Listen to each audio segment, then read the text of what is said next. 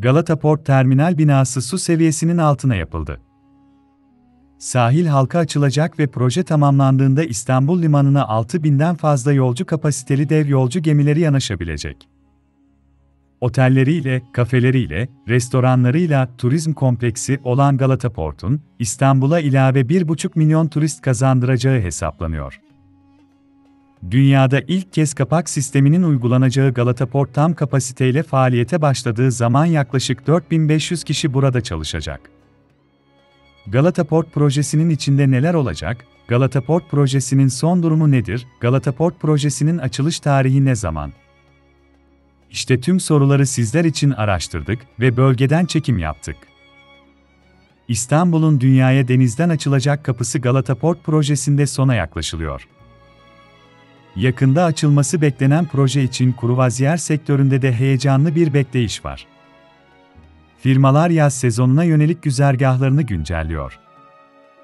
Survivor 2021 finalinin ev sahibi İstanbul'un en önemli ulaşım ve taşıma alanlarından olan Karaköy rıhtımında 1,5 kilometrelik sahil şeridine inşa edilen Galata Port bir liman ve kentsel dönüşüm projesidir.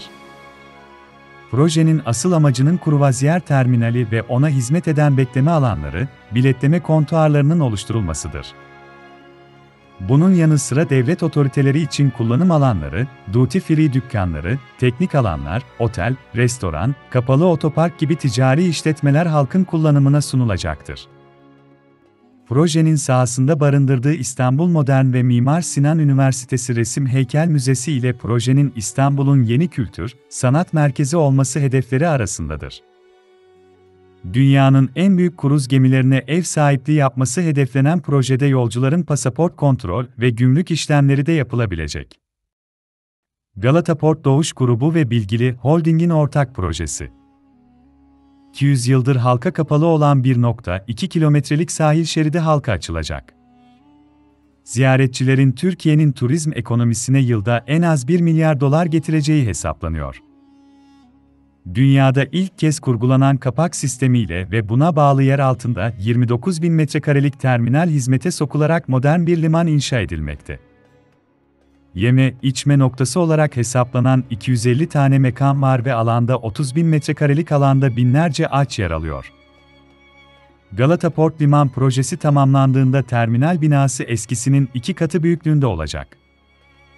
Terminal binası dünyada ilk kez uygulanacak bir teknik ile yer altında 29.000 metrekarede kurgulandı.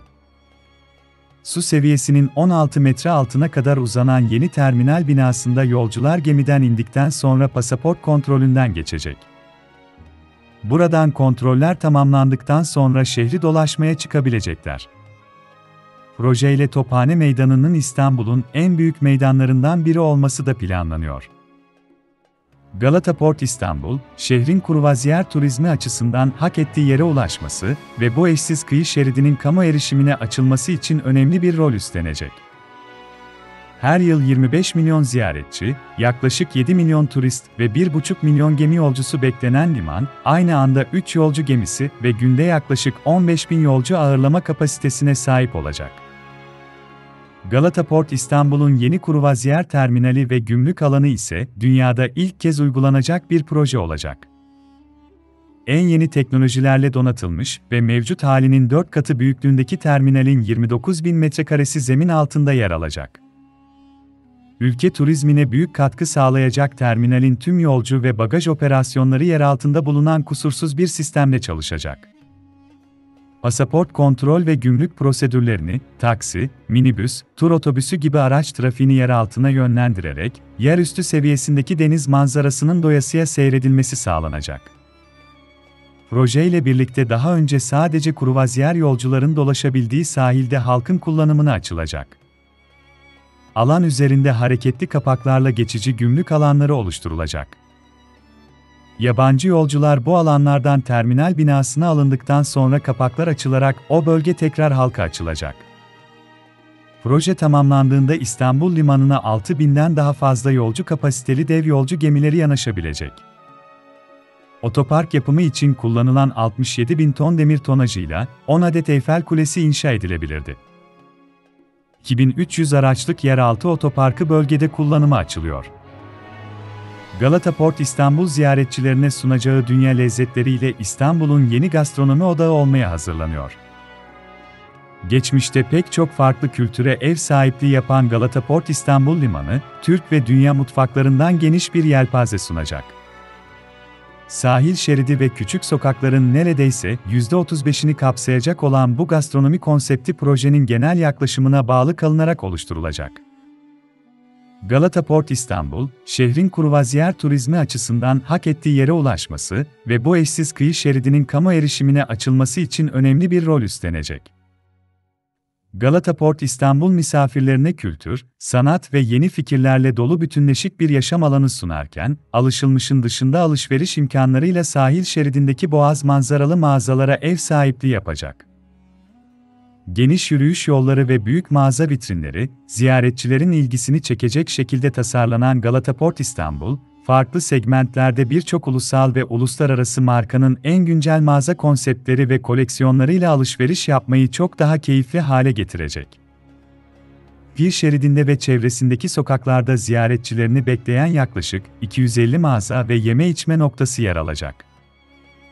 Galata Port İstanbul'un Karaköy ve Kabataş'a yakınlığı hem deniz hem de karayolundan ulaşımı kolaylaştırırken, yaklaşık 2300 araç kapasiteli kapalı otoparkı ile araçla gelen ziyaretçilerin hayatını kolaylaştıracak.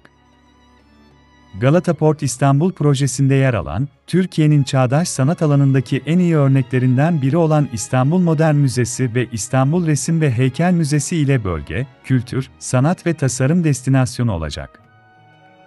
4 mevsim İstanbullular için popüler bir destinasyon haline gelecek olan Galata Port İstanbul, çevresinde bulunan Nusretiye Camii, Tophane Köşkü, Tophane Çeşmesi ve Kılıç Ali Paşa Camii gibi simge yapılarıyla, açık hava sergileri, sanat enstelasyonları, konserler gibi kültür sanat etkinliklerinin düzenlenmesi için ideal bir mekana dönüşecek. Türkiye'nin lojistik merkez üssü olmasından memnun musunuz? Videomuzun sonuna geldik.